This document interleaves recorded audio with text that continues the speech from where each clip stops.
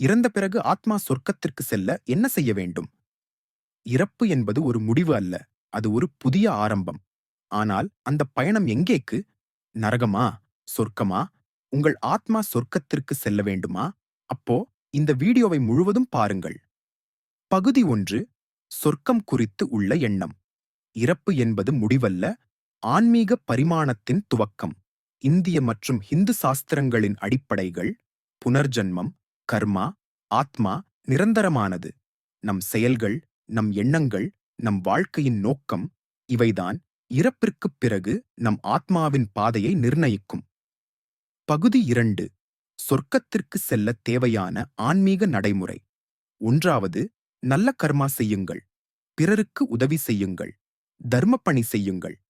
தீய எண்ணங்களைத் தவிர்த்து பாசம், பரிவு, கருணை வளர்த்துக் கொள்ளுங்கள். நல்ல சிந்தனை, மனசாட்சி தூய்மை.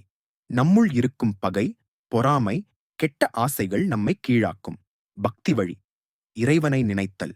தினமும் ஜபம், தியானம், பஜனை.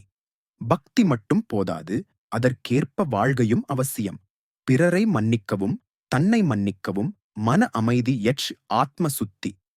மன்னிப்பு என்பதுதானே சொர்க்கத்தின் வாசலைத் திறக்கிறது. அந்திம சந்நியாசம், இறுதி நேர மனநிலை.